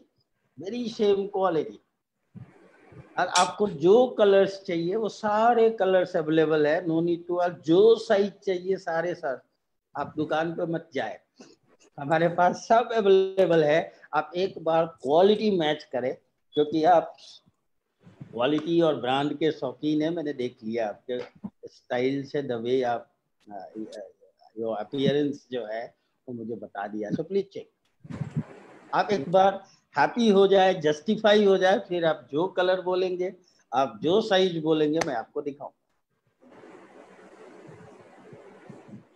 Great sir, तो ये आपने बोला वो कनेक्शन ही है कि जिस तरह से हम डायरेक्टली उसको दिखाने शुरू कर दे, उसके जो बेटर है कि पहले हम उसका टेस्ट जान ले। वो मत देखो, आप सीधे शॉपिंग करते रहो, फिर मैं बाद में बताता हूँ ना। So this is the way it will happen. Great. और उसके बाद में आप क्या करोगे, मैंने आपको फिर वो कलर दे दिया, जो भी है आप क्या बोलोगे, रेट। यही पूछोगे ना? बिल्कुल। बोलो। तो सर इसका क्या एग्जैक्टली क्या प्राइस रहेगा? अब प्राइस आपसे क्या बोलना, पहले आप बताइए आपका नाम क्या है? बहुत खुशमिजाज आदमी, आपका नाम क्या है? अमित त्रिखमन। अमित जी, आप तो, आपसे क्या मैं रेट की बात करूं, आप तो कपड़ों के शौकीन है और आप तो पहनते रहते हैं, मुझे आपसे क्या रेट की बात कर दी? आप अभी जो टी शर्ट पहने हैं वही क्वालिटी का है या नहीं, आप ही बताइए। राइट, आपने इसको किसी ब्रांड स्टोर से खरीदा होगा, 1200 से कम में नहीं लिया होगा। ठीक है, हमारा छोटा दुकान है, हम आपको छोटे प्रॉफिट पे बेचते हैं। It will come to you at the rate of 900। तो सर एक्चुअली आपकी बात तो सही है, लेकिन आगे के स्टॉल पे जब मैंने देखा था सेम ब्रांड का था, वो 600। क्वालिटी चेक करके आ जाइए एक बार। और हमारी क्वालिटी में अगर कहीं पे भी अगर क्वालिटी के साथ कंप्रोमाइज हो, आप, मैं यहीं बैठा हूँ पिछले 10 साल से, क्वालिटी से, हाँ आपको लेना है तो इतना विश्वास रखे कि आप, जब इतना मैं आपको दिखा रहा हूँ और आप सही में लेना चाहते हैं, आप मेरे पहले ग्राहक है, तो चलो मेरे 50 रुपए की प्रॉफिट रख के मैं आपको दे दूंगा। It will come to you at 850। अब ज्यादा से ज्यादा आप ही बताइए नेगोशिएशन कितना होगा? 800 में आप लेके जाओगे, मैं राइट हो रहा हूँ? अब यही चीज आप करिए फिर से, अगर पुअर है, जय भगवान है समझो। अब दूसरा, मैं सेल्समैन हूँ पर पुअर सेल्समैन हूँ, उस करिए शॉपिंग। सर ऊपर थर्ड रो वाला जो टी शर्ट है वो लो देखो, क्या प्राइस है सर इसका? जी प्राइस क्या रहेगा सर इसका? प्राइस इसका जो है वो 900 है। अच्छा, कम कुछ कम नहीं हो सकता सर? 900 तो बहुत ज्यादा है, आगे तो मैंने देखा 600 है। लेना है, आप लेना चाहते हैं? बिल्कुल। तो आप कितना देना चाहते हैं? 600? हाँ ले जाओ। लेकिन जो पहले वाला जो शॉपकीपर था, दिस इज द डिफरेंस। अब पहले वाले में क्या हुआ कि 1200 का उसने उसकी पहली वैल्यू एडिशन की, ये समझो, उसने वैल्यू एडिशन की, तो आपका अनकॉन्शियस क्या कंपेयर किया? 1200। राइट, अब उसके बाद उसको आपके अवस्था के साथ उसको मैच करके 800 में आपको दे दिया। अब बहुत हैप्पी होके जाओगे घर पे। यस, आपका इमोशन सोल्ड होगा, आपका ब्रेन अनकॉन्शियस सोल्ड है। ओ माय गॉड, 1200 का चीज 800 में लेके आए। आप 800 कैलकुलेट नहीं कर रहे, आपका ब्रेन 1200 पे ही अटका है। बिल्कुल। और आप हैप्पी कर उसको दूसरे ब्रांडेड टी शर्ट के जैसा लॉन्ड्री या मैनेज करके पहनोगे आप, और उसको रिस्पेक्ट से मैनेज करोगे। यहाँ जैसे ही 600 बोला वही चीज है, आपका अनकॉन्शियस तुरंत डाउट किया, गलत बोल दिया, और कम बोलता तो शायद मिल जाता। तो you will go into doubt. अब या तो वहां से भागोगे, अगर नहीं भागे, फंस गए, थमा दिया, तो टी शर्ट जितनी बार देखोगे चीटेड फील करोगे। देखो प्रोडक्ट एक ही है और दो सेल्स का मीनिंग देखो, दोनों सेल्स में क्या हो गया? यहाँ यू आर फीलिंग चीटेड, वहां आप विन विन सिचुएशन में है, यहाँ कस्टम दोनों विन विन है, मतलब buyer and seller both. Right, यहाँ जो है न सेलर सस्ते में देके सेलर भी लूजर है, बायर भी लूजर है, क्योंकि 600 में आप लेके जाओगे, आप पहनोगे भी नहीं, आप यही सोचोगे किसी का बर्थडे आए तो उसको टिका देता हूँ, गिफ्ट कर दोगे, तो दोनों लूजर है। So that is what sales, ये समझने के लिए केवल बताया। एनएलपी जो है वो सेल्स की यही डीपर साइकोलॉजी, कोर जो साइकोलॉजी है वो हम सिखाते हैं कि व्हाट इज सेल्स, अनकॉन्शियस जो है वो कैसे बिकता है, ताकि आप कम समय में ब्रेन को, उसको रिफ्रेमिंग टेक्निक बोलते हैं, स्ट्रेटजी, क्लाइंट का, बायर का स्ट्रेटजी पकड़ना, फिर उस स्ट्रेटजी को रिफ्रेम करना, हाँ, ताकि जो चीज आपको 1 घंटे लगता था वो 10 मिनट में चेक निकाल के फ्री। उसको रिफ्रेमिंग टेक्निक है, स्ट्रेटजीज पकड़ना, बगेल मेथड है, टोट मॉडल है, ऐसे बहुत सारे मॉडल्स है हमारे। वैसे ही रिफ्रेमिंग के बहुत सारे टेक्निक है जिससे शब्दों से ही रिफ्रेम कर दे। जैसे आपको ही बोल रहा है, I am very much busy right now, so busy that I'm not able to give time to myself. कितना पुअर लैंग्वेज है। अब मैं इसको रिफ्रेम कर दूं, no it's not a matter of busy schedule, ma'am. It's a matter of proper planning of your time. हो गया reframe. तो ऐसे बहुत सारे रिफ्रेमिंग टेक्निक है जिसमें कंटेक्स्ट को रिफ्रेम कर दिया।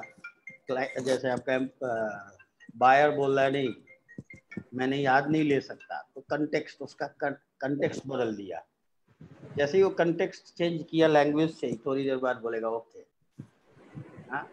या फिर कंटेंट को चेंज कर दिया, या फिर हम उसके मतलब जो भी है उसके 12-14 टेक्निक है रिफ्रेमिंग के अलग अलग।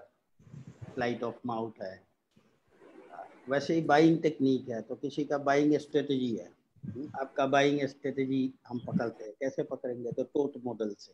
उसका खरीदने का क्या स्ट्रेटजी है, मुझे 2 मिनट में मालूम है कि आप इस तरीके से खरीदते हो, यही आपका पैटर्न है बाइंग।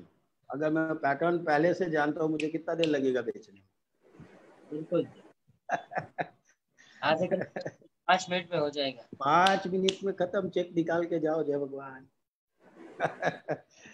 ज्यादा काम मजदूर लोग करते हैं, स्मार्ट वर्क नहीं। स्मार्ट में you just have to understand the very emotion of the client, और क्लाइंट का इमोशन हमेशा यहाँ है। और उस इमोशन का जो उसका पैटर्न है उसको हमने पकड़ लिया। जैसे इन्होंने सर ने बोला था कि और भी कुछ है क्या, तो यस वो टेक्निक के थेरेपी के बारे में, तो वहाँ भी बहुत सारे टेक्निक है जिसको हम CBT बोलते हैं, कॉमन बिहेवियर थेरेपी। हाँ, तो वो क्या है, उस थेरेपी से भी हम क्या करते हैं, क्लाइंट का जो निगेटिव थॉट का जो पैटर्न है उसको पॉजिटिव इमोशन से या पॉजिटिव टेक्निक से इंटरवेन करते हैं। हाँ, थ्रू इंटरवेंशन भी ब्रेक द पुराना जो पैटर्न है उसको ब्रेक कर देते हैं, तो चीजें बदल जाती है। 2 मिनट में चीजें बदल जाएगी। अमित जी के लिए एक सवाल आ रहा है। अमित सर, आपने शुरुआत में बोला था कि आप डिजिटल कोचिंग का पूरा आपने मॉड्यूल वगैरह प्लान किया, कोर्स वगैरह प्लान किया, तो मैं 1 मिनट, तो 2 सेकंड का मैं ब्रेक ले लूं। एक फोन आया है, 2 ही सेकंड में आया। मैं एक अच्छा क्वेश्चन आ रहा है कि आपने जैसे बताया कि आपने के ड्यूरेशन में पूरा एक मॉड्यूल वगैरह प्लान किया। एज अ डिजिटल कोच आप काफी साल से तो ये फील्ड में वही कोई आने वाले दिनों में की हम बात करें तो ऐसी कोई स्ट्रेटेजी आपकी क्या रहेगी जिससे जो ट्रेनर्स है कोचिंग फील्ड में है उन लोगों को मैक्सिमम एडवांटेज मिल सके? हाँ, बेसिकली हमने डिजिटल कोचिंग का एक मॉड्यूल तैयार किया है जिसमें लेवल 1 लेवल 2 है। उसमें हम कोर्सेज देने वाले हैं कि एक ट्रेनर है वो डिजिटल कोच कैसे बन सके। कोई ट्रेनर है, कोच है, कंसल्टेंट है, टीचर है, अगर वो घर बैठे ट्रेनिंग देना चाहते हैं पूरे वर्ल्ड में किसी भी जगह, तो वो कैसे दे सकते हैं। तो उसका पूरा हमने ऑटो पायलट सिस्टम पूरा कोर्स बनाया है जिसमें हम ऑटो पायलट सिस्टम सिखाते हैं कि एक ट्रेनर के तौर पे आप डिजिटली मार्केट कैसे कर सके, मार्केट करे तो ऑटो रिस्पॉन्ड कैसे चले जाए लोगों को, उसमें से लोग वेबिनार में कैसे आए, वो आपको पेमेंट करे तो आपका कोर्स उनको इंस्टेंटली एक्सेस कैसे हो जाए, और आप कैसे अपना कोर्स और करिकुलम डिजिटली बना सकते हैं, उसको सेल कर सकते हैं, वेबिनार कैसे करें जिससे कि आपका कोर्स सेल हो। तो पूरा एक मान लीजिए कि एक ट्रेनर के तौर पे एक अपना डिजिटल स्कूल आप बना सकते हैं। ओके। तो अलग अलग प्लेटफॉर्म को यूज करके आप वो स्कूल बनाए और वही जो कोर्सेज है वो आप डिजिटली आप उसको अंदर इंस्टॉल कर दे और उसी कोर्स को आप कैसे सेल कर पाए उसके लिए हमने ये मॉड्यूल तैयार किया है डिजिटल कोचिंग का। ग्रेट। तो सबसे पहला क्लाइंट हम ही है आपके। तो बेसिकली जो लोग ट्रेनर है, टीचर्स है, उनके लिए बहुत जरूरी है। या हाँ कोच है, आज आज के समय में तो इसी की रिक्वायरमेंट है। आज जो हमारा क्या देखो ना कि अभी लॉकडाउन आ गया, अभी कोई ट्रेनर अगर काम भी करना चाहे तो 1-2 साल तक तो कोई चांस नहीं है कि वो ज्यादा लोग को देयर इज नो सर्टेनिटी। तो डिजिटल ऐसा माध्यम है कि आप कहीं भी बैठ के कहीं से भी किसी को भी कोच कर सकते हैं, किसी भी कनेक्ट हो सकते हैं। It's a very good, very beautiful platform, very powerful platform. जी जी, वेरी ट्रू। तो जो नरेंद्र मोदी जी का सपना है फ्रॉम फिजिकल टू डिजिटल, वो आप साकार कर रहे हैं ऐसा? जी जी जी जी, हाँ हाँ।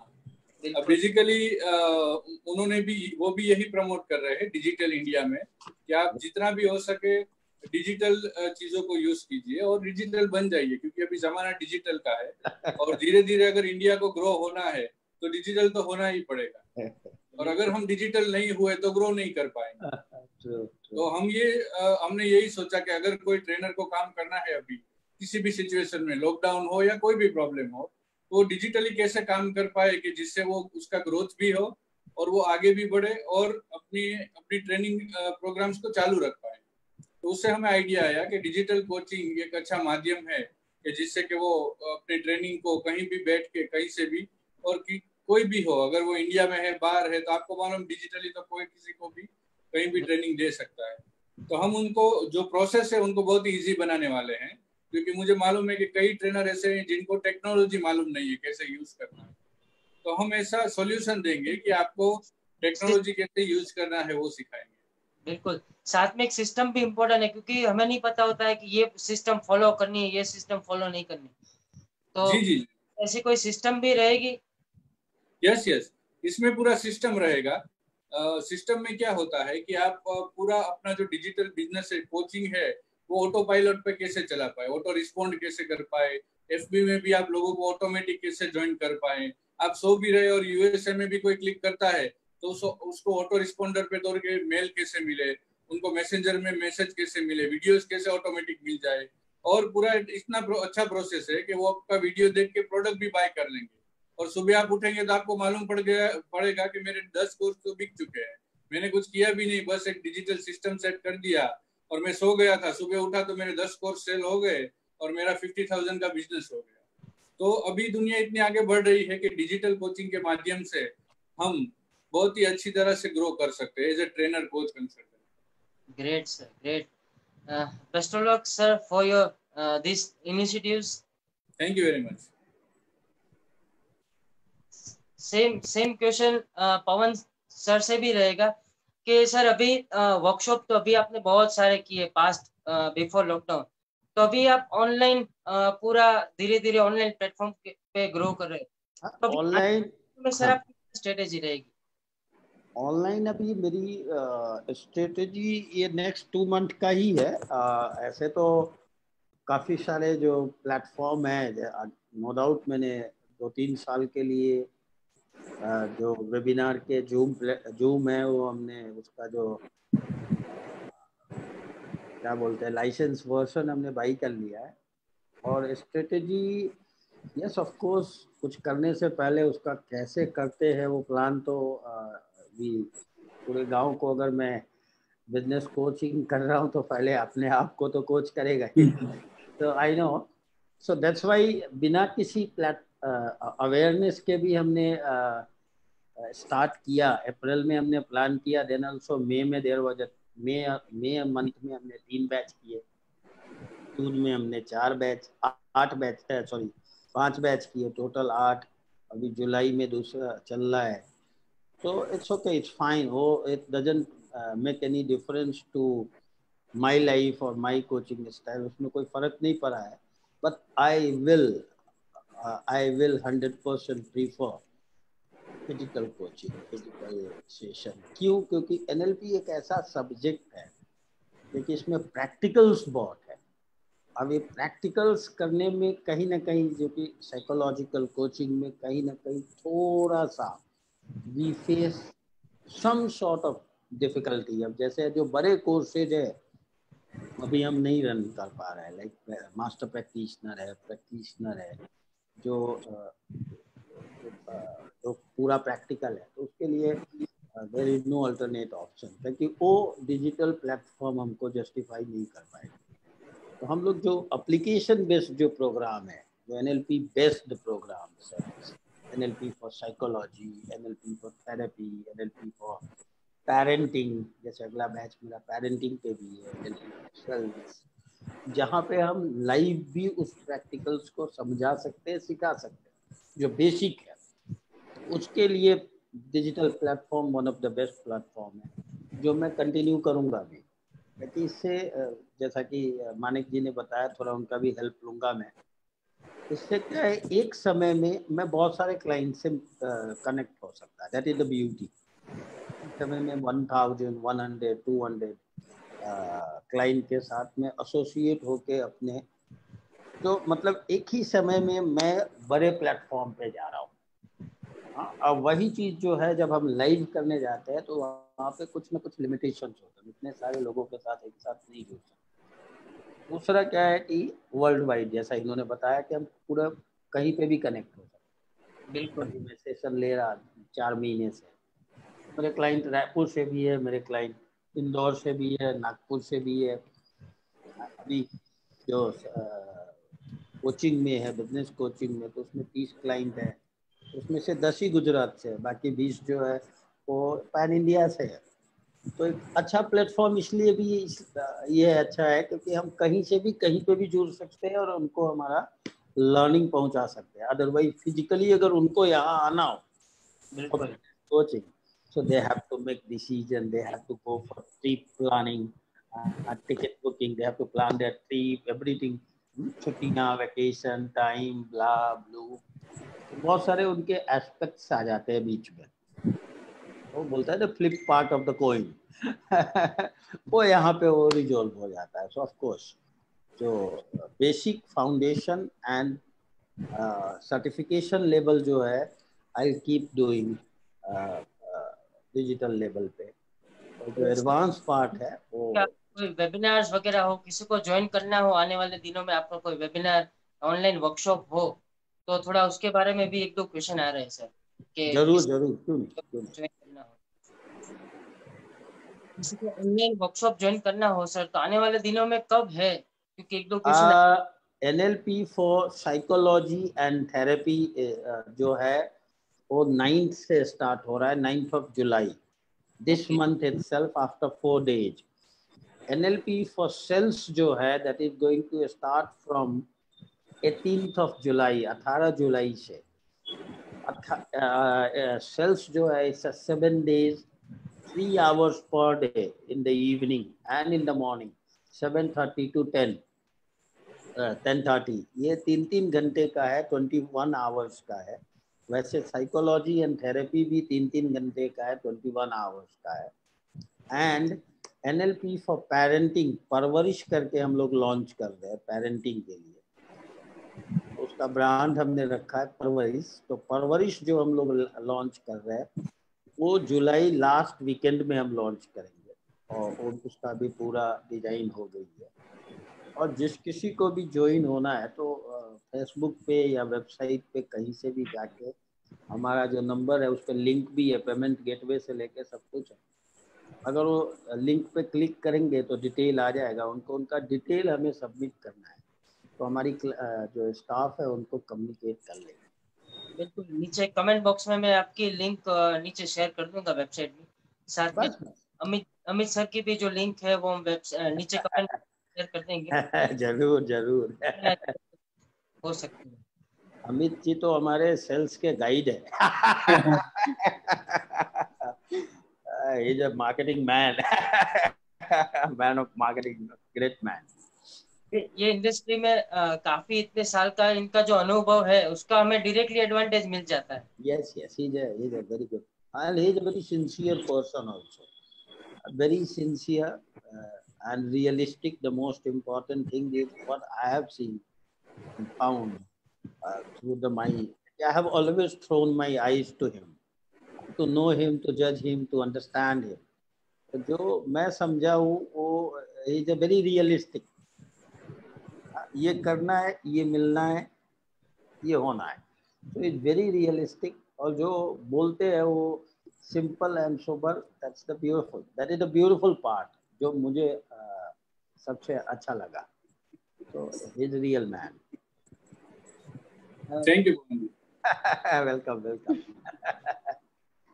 मैं अमित सर से एक क्वेश्चन पूछना चाहूंगा कि सर अभी जाते जाते एक लास्ट सवाल आपको और पवन सर को भी, कि आज के हमारे शो का एक्सपीरियंस के बारे में आप क्या कहेंगे? मिरर इमेज टॉक शो का आज का मेरा और नैन्सी जी के साथ का एक्सपीरियंस के बारे में क्या एक्सप्रेस करेंगे? मेरा तो बहुत ही अच्छा एक्सपीरियंस रहा। अमित जी, आप मेरे फ्रेंड है और मिरर इमेज टॉक में देखता हूँ रेगुलरली। जिस किसी को भी आप उसमें इनवाइट करते हैं, मैं फेसबुक पे लाइव में देखता रहता हूँ और मुझे काफी कुछ से सीखने को भी मिलता है। और आज मैं पहली बार इस मिरर इमेज टॉक शो में आया हूँ और लाइव में बात कर रहा हूँ, तो मुझे बहुत ही अच्छा लगा। आज का सेशन बहुत ही अच्छा रहा, प्रोडक्टिव रहा और काफी कुछ आज सीखने को मिला NLP के बारे में और कई चीजें मैंने जानी जो मुझे मालूम नहीं। तो बेसिकली बहुत ही अच्छा एक्सपीरियंस रहा। जब भी आप बुलाएंगे हम हाजिर हो जाएंगे। आप जब भी बोले मिरर इमेज टॉक शो में थैंक यू तो हम आ जाएंगे। और आपका क्या कहना है पवन जी? नहीं, मैं तो ऐसे भी अमित मानिक जी बोलते हो मैं कर ही देता हूँ, क्योंकि मुझे करना ही पड़ता है। नहीं करेंगे तो कैसे चलेगा? संबंधों को सबसे बड़ी चीज for me last 40 years my age, 40 साल की मेरी उम्र में अगर मैं कुछ सीखा हूँ तो always pay respect to the relations. At the end of the day वही आपके साथ जो आपका नेटवर्क है, वो आपका रिलेशन ही है। उससे बड़ा नेटवर्क जिसको है, जिसको हम पैसा बोलते हैं, उससे बड़ा कोई सक्सेस नहीं। एक्सपीरियंस रही बात जहाँ तक अनुभव की, तो I always enjoy people, talking to people, helping people, supporting people. Advice देना, ज्ञान देना मेरा काम नहीं है, पर yes I love to help people. तो यहाँ अगर आपके जरिए, आपके प्लेटफॉर्म से अगर कुछ लोगों तक पहुँच रहा हूँ, उनको कुछ भी हेल्पफुल हो रहा हूँ, अगर हम, क्योंकि आई डोंट नो कि मैं पूरे लाखों को जीवन बदल दूंगा या करोड़ों का, उसमें मेरा इंटरेस्ट नहीं है। अगर आज के कम्युनिकेशन से एक आदमी के लाइफ में भी कुछ चेंज अकर हुआ, that's more than enough, that's more than sufficient. I did something, कुछ तो किया मैं। तो आज का आपका जो ये प्लेटफॉर्म देखा, मुझे इससे एक सबसे बड़ी बेनिफिट दिख रही है कि यहाँ से हम कुछ लोगों तक पहुँचे। तो ये अनुभव जो है वो बहुत मैं आपको फिगर बताओ तो 14+ फेसबुक पेज में अभी हम लाइव आ रहे हैं, 14+ और 1700+ व्यू है। That's great, that's beautiful, super. तो वो भी मायने नहीं, देखिए मायने क्या रखता है, नहीं मतलब एक आदमी भी so that is more than sufficient. और ऐसे नए नए एक्सपेरिमेंट। चलिए एक चीज तो और सबसे बड़ा फायदा हुआ कि with the help of Manik ji, now I'm known to you also. बिल्कुल मैं एक और आदमी को पहचाना, उनसे मैं आपके तक पहुंचा, मैं पहुंचा। एक ही बात है, आप मुझ तक पहुंचे या मैं आप तक पहुंचा। हाँ, टू वे कम्युनिकेशन होती है, कम्युनिकेशन कभी वन वे होता ही नहीं है। So now I am close to you, I am known to you, there is more. कोई और तक पहुंचे या ना पहुंचे, आपके तक तो पहुंचा। हाँ, ये वैष्णवी तक तो पहुंचा। तो दो लोग तो मुझे मिले। बाकी कोई मिले या ना मिले, it's alright. So it was definitely wonderful. We are and our audience are grateful for sharing this incredible knowledge. Yeah, at least so we learn something. So it's wonderful experience to me also. Yeah. Talking to you people, and I enjoyed a lot of, today. Awesome experience, wonderful. So I'll जैसा कि मानिक जी ने भी बोला, whenever जब भी लगे, if I'm free, he's free, we will love to come again. Talk more and more and more and more about NLP and digital coaching, hypnosis, clinical hypnotherapy, so many subjects we have to discuss. कोई भी topic पे हम बात करने के लिए जब भी बुलाएंगे हम आ जाएंगे। Yes, it was a great conversation. Yes.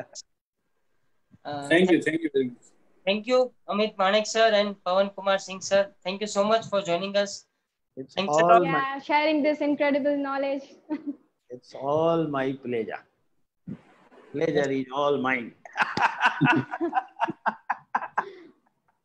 Okay, Jai Bhagwan. Good night. Thank you, Amit ji. Thank you. Thank you. Thank you.